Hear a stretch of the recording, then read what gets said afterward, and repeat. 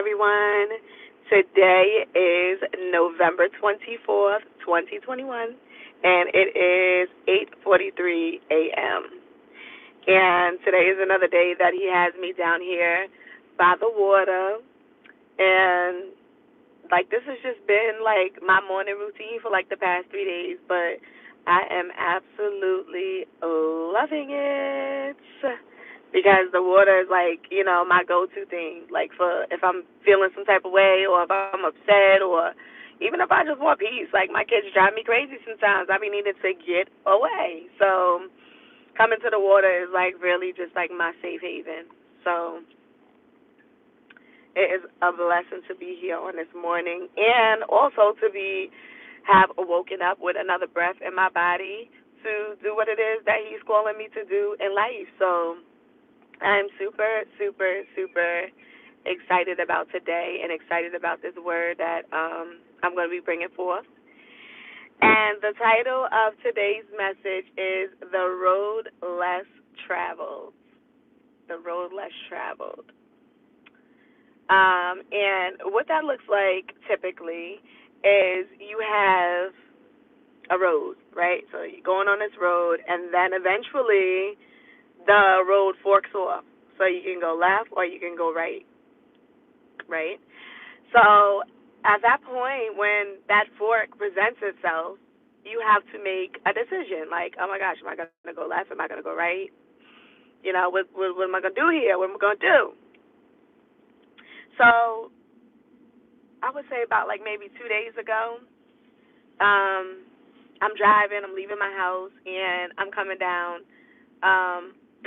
a street off of my block that leads to the main road that I need to take to get to where it is that I need to go. Now, when you get to the end of this block, it's exactly that. It's literally like a fork in the road. So one goes left and the other goes right. And, you can go left to make the turn or you can go right and you can still make the same turn onto the road. So it doesn't matter whether you decide to go left or right, you will still end up on that main road. So I remember driving the other day and I get to that fork and I normally go left because that's just like, what my mind is used to doing. So sometimes when our minds are conditioned to do a certain thing, we just automatically do that thing. So me, with my mind being conditioned to automatically go left, I get to the stop sign, and I went to go make a left-hand turn. And as I went to go make the left-hand turn, of course you stop, you look both because it's a stop sign. So you stop, you look both ways, and then I proceeded to go make the left-hand turn. And in that moment, when I went to go make the left-hand turn, a car just came I swear, out of nowhere, and that's like the second or third time that happened to me. Car just came out of nowhere, and we almost got into an accident. I'm like, oh my gosh, this turn is so dangerous because here I am at the stop sign, and I'm clearing, my surroundings, making sure that it's safe to go. But every time I go to make a left, a car is just coming out of nowhere. I'm like, they need a traffic light here or something. It has to be safer because this is like going to be a major accident, right? So now every day, my kids, because I put my kids on the bus, and then I got my whole morning routine. I put them on the bus, and then I normally go and I get some tea in the morning. And every day, after I put my kids on the the bus takes the same exact route that I take to get to the main road. So it leaves, and it goes straight up that road, and it gets to the fork. Now, but the bus does something different when it gets to the fork. Instead of going left to turn onto the main road, it goes to the right, and then it turns onto the main road, makes a left-hand turn onto the main road. So I was like, I seen, it caught my attention a few times that the bus was doing that. And I couldn't understand why. I was just like, why go to the right when you could just go to the left and just make a left? It just seemed like it was too much for me. Even though it was just like a small, it's really not that much of a difference. So I thought. So I'm just like, why does the bus driver always go to the right to make the left? So, but I didn't think nothing of it. I'm just like, whatever. So on this one particular day, I'm driving. I'm coming down that road again. I get to the fork, and I'm like, you know what? Let me go to the right. Let me just do something different today and see what this going to the right to make this left is all about. So I get to the fork. I go right to today, instead of being left, I go right, get to the stop sign, and then I look, clear the area, and then I make a left-hand turn. Now, as I'm sitting there at the stop sign and I'm waiting to be able to turn left, I notice that everything is just so clear. It's like going from that angle, that bearing to the right, and then making that left-hand turn. It's like you have a much better view of the road than you would if you was to go left. So I'm like, oh my gosh. I said, okay, this is why, she bears right, because she's able to see the road a lot more clear. You have an opportunity to really fully assess the road, and you're not missing nothing. You're gonna get everything that you need to get so that you're able to safely make that turn. You're not gonna miss the fact that a car might be coming in, because coming from the left is kind of like you got that blind spot. So that's what was happening when I was going left. But when you go to the right, there's no blind spot. You get like a clear view of the road. So I'm like, wow. So I stop, and then I go to make a left, and I'm like, wow, this really is a much better route to take than the route that I've been accustomed to taking. So in that moment, the Father spoke to me, and he said, it's better to take the road less traveled. And in that situation, everybody goes, to that stop sign, and everybody bears left, basically, when they get to that fork. Everybody goes left. Not too many people go right to make that left. So in that moment, he spoke to me, and he said, you have to take the road less traveled. And that applies for us, because sometimes we get so caught up in society and the ways of the world and the things that other people are doing, and he did it, she did it, it seemed like the better way because everybody else did it, so let me go do it too. And it's like that saying, like back in the day, when you get into trouble because you don't follow behind your siblings or your friend or your parents, like, if they jumped off a bridge, would you jump off that bridge too? And you standing there like, you don't know what to say. But it's like, well, you're going to say no because I'm not about to jump off no bridge behind. I know that was my answer. I was like, no. Nobody is about to be taking that extreme, but that's exactly what you're doing in life when you follow behind other people. Like, you have to have your own mind. You have to have your own thoughts. And the Father is especially bringing us to a time where he is wanting us to follow his lead. He don't want you to follow the lead of these celebrities and the lead of the president and or the lead of your friends, peer pressure. He wants you to stay focused on him, to stay in prayer about everything that you do. And when you following him, you automatically going to always follow the road less traveled because he's naturally leading you down that road because he sees best. He's standing on top of the mountain, and you're here on the ground. So he sees from the top of that mountain what you could never see here on the ground. So I know me. I want to follow the person that can see everything, like that. I got a clear view of everything. I don't want to be on the ground. There's a bird hovering over the water. Amazing. I love the water. It's just amazing. He's looking for food, I guess. He's like hovering, waiting for the moment, waiting for the opportunity. Waiting for the opportunity. That's a word too. Waiting for the opportunity. But anyway, you don't want to, I know I wouldn't want to be on the ground and not able to see nothing and blindly going about life. Like, I want to follow, the greater one who can see everything. He got the keys. He sees it all. Okay? He got the keys. And I want to follow the person that got the keys. You should want to follow the person that got the keys. You don't want to follow the shoot 'em up that barely know like what's going on in life for herself, or Sharkeisha who's trying to figure out life for herself. Like, they barely making it themselves. They don't even got the answers. They trying to figure out what life is all about, and here you go following behind them, and now you done ended up incarcerated or dead You woke up dead, or sitting around not doing nothing with yourself, not prospering, not growing, not developing, depending on the government to meet your financial needs, um, waiting for your baby daddy so you can argue him down to help you out financially. You know, like when we follow the leads of people, we take the focus away from our Father. And they got a okay. All right, look, it done found some food. Hallelujah. See, and it's so amazing to me. I'm sorry, this is just totally. I'm off topic right now, but it's amazing to me, right? And he got a what is that? A crab? He found a crab. I wish I could show y'all, but if I turned it around, you wouldn't even be able to see. It's amazing to me how he provides. These birds get out here and they fly with not a care in the world. They not worried about where their next meal coming from. They not worried about where they about to sleep. They're not worried about what they're gonna do when they hatch their babies, when they give birth. It's instinctively that they trust the Creator.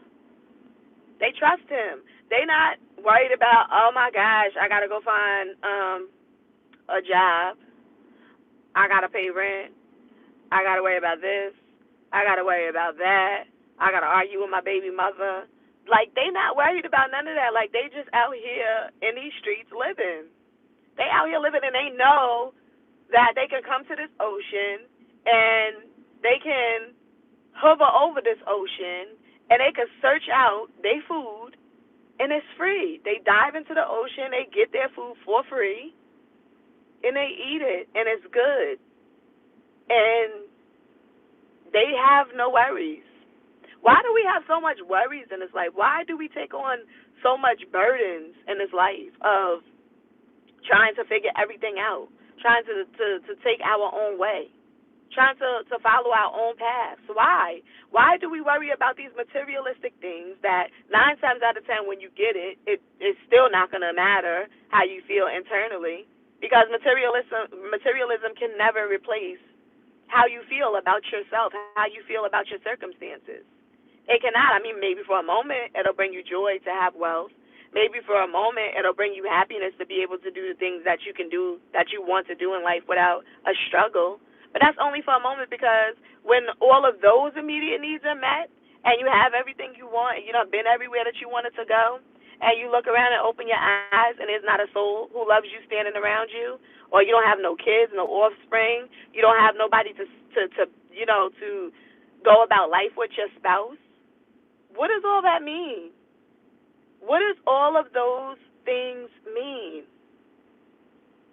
What do they mean? And that's why the word says that it's easier for a camel to enter the eye of a needle than for a rich man to get into heaven.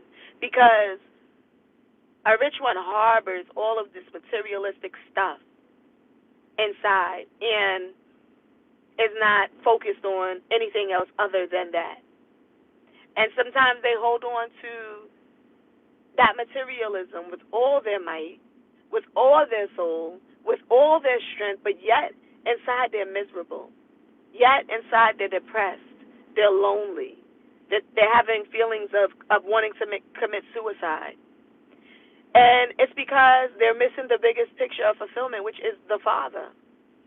And I'm not saying, in the parable, the Messiah, he spoke to the rich man. He told him, to sell all his things and come follow him. And the rich man started weeping and he went away. And not to say that that's what you have to do in order to receive happiness, is to get rid of all your stuff. But that parable is meant to say that you cannot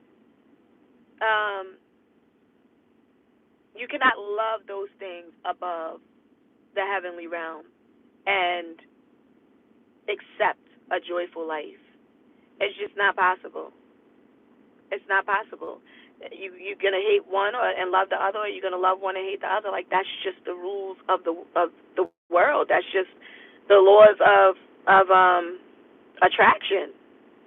That's just what it is. Like you have to Decide for yourself what's important to you.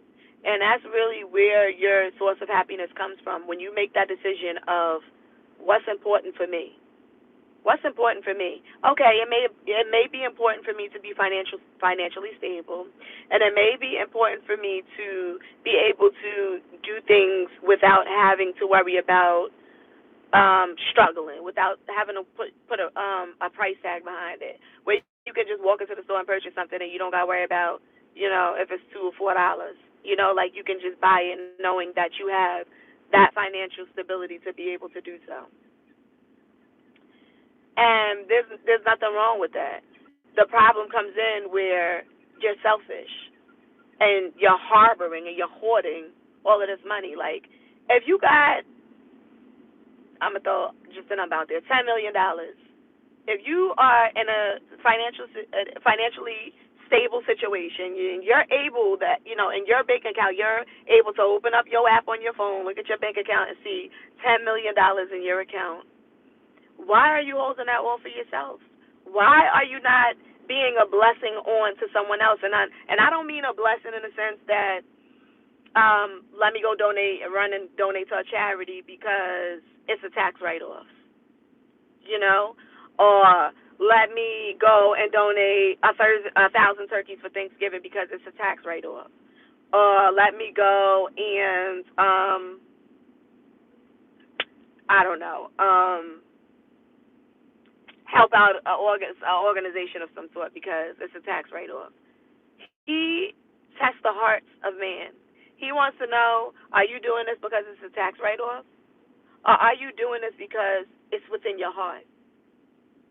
Are you really putting that money forward, paying it forward to help someone who is truly in need, someone who it will change their whole entire life?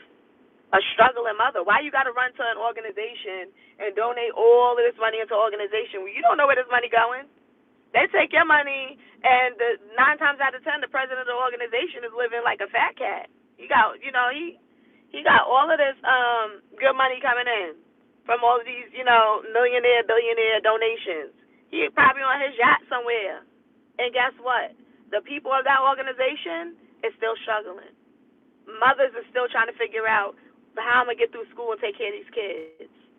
How I'm gonna get to work. How I'm gonna feed my kids. How am I going to better myself in life? And yeah, money is good for a moment. It's good for a season. But when the money is spent and the money is gone, then what? Then what? It has to be a better plan. It has to be a better plan. And these people who are in a position to, and this is so off. I was not intending to speak about none of this. I promise you, I was not. But these people who are in financial position to be able to be a blessing on to the others, they're not. They're not. They harboring this money, hoarding this money, and not giving back in the proper way. Not going to the Father and praying, saying, what can I do about this money? What do you want me to do, Father? I'm giving this money back to you. Yes, you blessed it with me. Yes, you blessed me with it. Yes, you put me in a position to be able to be financially secure. Yes, I'm in a position, and I thank you for not having to want for nothing. Yes, I'm able to take care of my kids without a worry. Yes, my kids have everything they need, and all their needs are met, and I thank you. But now that I'm okay, and now that I am secure in who I am, now that I have built wealth for myself, and now that I'm able to stand on this wealth, Father, what do you want me to do with the rest? What do you want me to do with the excess? Because it's not mine. It's not mine. It's yours. So what do you want me to do, Father?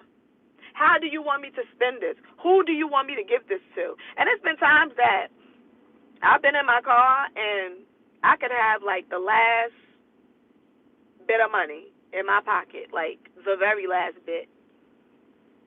Okay? And he would speak to me and he would say, I'll be driving down the road. Let me rewind back a little bit.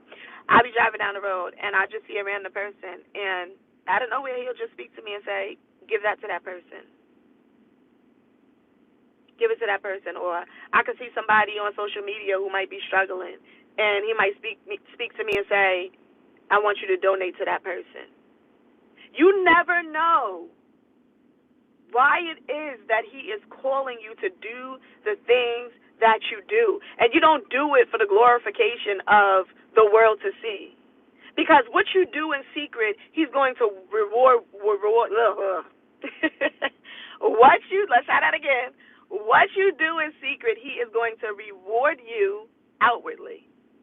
He's going to reward you outwardly. He's going to put you on public display. But when you do things with the notion that, big me, look at me, big me, I got all these coins and I done donated, I done gave, I just gave $10 million to that charity for cancer. Look at me. Now I want y'all to put a star on the wall with my name on it, so everybody will know, big me, I done donated. And the Father said, you have already received your reward. And thank you and good night. And then the next thing you know, you have a whirlwind of catastrophe happening. And you don't understand what is going on, Father. Like, I can't understand why I done lost this business deal. I can't understand why this meeting ain't go right for me. Oh my gosh, I was betting on this contract. This would have really took me to a new financial bracket. What is happening? Why can I convince those people to believe in me when I've convinced so many other people to invest their money in me? What is happening? Why didn't that person believe that I would take their money and invest it in the right ways for them? I could have made them and me tons of money. What is happening, Father? And he's saying, because you seek outwardly gain from the world, you have already received your reward. You didn't come to me in secret. You didn't come to me in prayer. You didn't trust me with your finances after I've blessed you with so much. You think you so big that you got it on your own? You think that you so great and so grand and so wonderful and so smart and talented that you got all of these wonderful things on your own? No, so now I got to show you a lesson. Now I got to humble you and bring you back down a few steps. Or you may have had all the money in America at one point in time. You may have been filthy rich and lost it all in a blink of an eye. All because you look to yourself. All because you look to yourself and you boast in yourself. You didn't humble yourself. When you got to that position of greater, you started to believe more in yourself than you did in the one who put you there. You got so big-headed. You got so full of yourself. You became so engulfed in yourself that you forgot that it was never you who sat you in that position. It was never you who sat you in that position. And just as he sat you there, he can take you off. He's done it many times in the biblical text. Many times he's put his people in a position and they got too big-headed and he had to take them down. Have a seat. Have a seat. Because now I see that you're getting beside yourself. As the elders would say, now you're starting to smell yourself. And you get away from that. And I don't know who this word is for, because I was not intending to go on this. It was about the road less traveled, okay? But this is what he want to say on this morning. And he's telling you it's not too late. And this video is going to find you when it needs to, and it's going to speak to your heart, and it's going to speak to your soul. And when you see this video, you're going to know that it's for you, because it's going to hit you like nothing never hit your soul before. This word is going to change you. It's going to move you. It's not going to be just a word for the moment. It's going to be an everlasting word for your heart. It's not going to be a word that you just hear and that you put down and tomorrow you're right back to the same thing. No, this word is going to catapult you back into where you're supposed to be in life. It's going to catapult you back into your rightful position. And he's restoring positions. He's restoring positions for those that are choosing to come back in faithfulness. Those of you who are choosing to turn from your wicked ways and repent and know that his way is the best way, because he done took you through some things. He done took you high and put you low. So low. solo. You might even be homeless in this moment. And once upon a time, you was living in a $1 million home. How did I go from living in a $1 million home to being homeless? See how he'll humble you? See how he'll humble you? It's meant to humble you. Nothing more, nothing less. To humble you. Because he wants you to see your behavior. He wants you to examine yourself. And he wants you to come to him in prayer and say, Father, what now? Now that I receive this word, now that I know this word is for me, and now that this word has had a chance to sit with me, what steps do you want me to take next? How can I correct my wrongs and make things right? How can I become a better person? How can I change? How can I grow? How can I develop, not according to me and my own might, but according to your word and your plan? And then after you've prayed that prayer, after you've communed with him, after you've sat with him and allowed him to speak, he'll present to you what it is that he wants you to do. He'll present to you the next steps to take. And repent. Repent from those things that you've done to anger him, that you've done to disappoint him.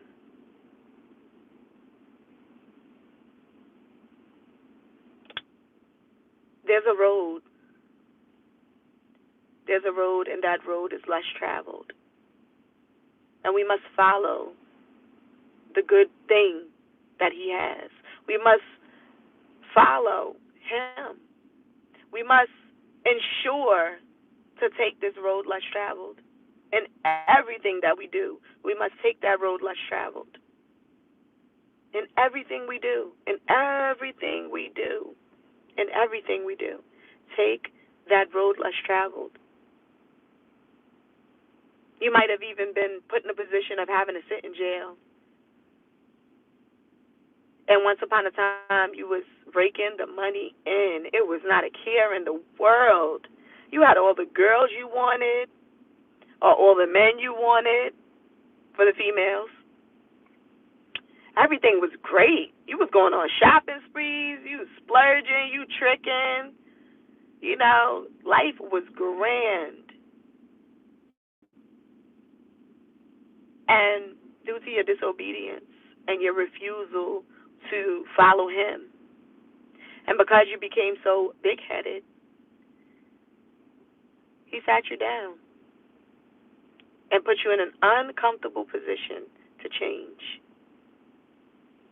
And so, if you're watching this and you know for certain that this word is for you, take it back to the Father and ask him, what is the next steps for you? Ask him, what is it that he seeks and desires for you to do? How can you correct that wrong and make things right? Father, how can I take the road less traveled? I know what that road looks like that everybody else takes now. I know what that road of temptation looks like. I know what that road of glitz and glam look like. I know what that road of Hollywood fame looks like. I know what that road of more than enough looks like. I know what that good land looks like, flowing with milk and honey. I know what that looks like. But guess what? When I was on that road, even though it looked so good and it felt so good, the end result is that it wasn't so good. And so, Father, now I need you to show me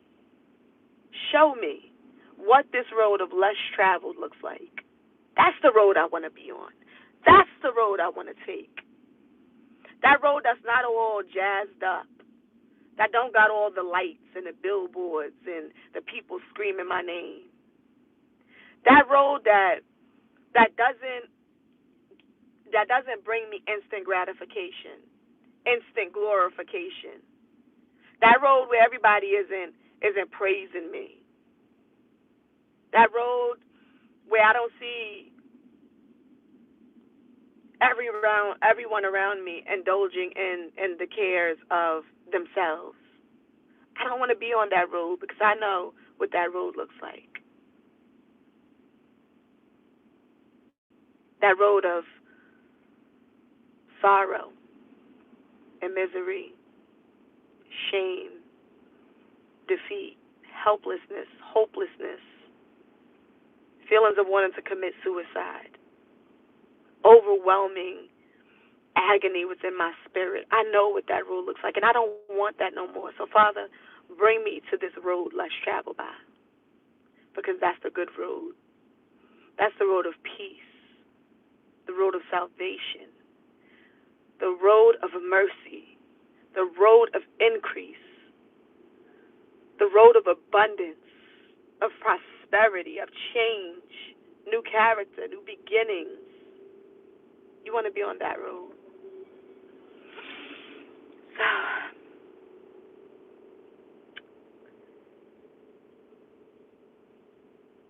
I'm just at loss for words. I'm at loss for words, and I am enjoying this moment at the water. At the same time, I keep just looking at it because it's so beautiful. It's so beautiful. And then you have, let me see if I can turn the camera around so y'all can see what I can see. Look at that. Look how beautiful that is. And you have the bird here. Just he's looking. He's trying to eat. Let me see if I can zoom in. He's trying to eat this morning. He's trusting the Creator. He's trusting the process. And yet at the same time, he has a feeling of knowing it's only a matter of time before he finds his food. It's not a thought of if he will. He's not getting discouraged. He's not feeling overwhelmed. He's not feeling burdened. He's not getting distracted by life. He's staying focused as he flies. And as you notice, if he doesn't find something in one area, oh, he's soaring. He's soaring to another. Oh, he's scouting that water. He's looking in that ocean because he knows that this ocean is good no matter where in it he needs to go. He knows that somewhere in this water is his food. And if he will just remain here in this area, in this over this ocean, eventually he's going to find his food in one place or another. He doesn't have to waver. He doesn't have to fly from this area to another state because he can't find food here. No, he's going to find food here. He's going to find food here, and he knows it. He knows his food is here. He's just patiently waiting for the moment and an opportunity for him to dive down and get his meal. No question about it. Period. And we should do the same. Trust him. Trust the process. And don't forget to follow the road less traveled. I hope your day is filled with promise, with purpose, with prosperity, with increase, understanding, discernment, and I hope your day is beautiful. And I'll see you in the next video.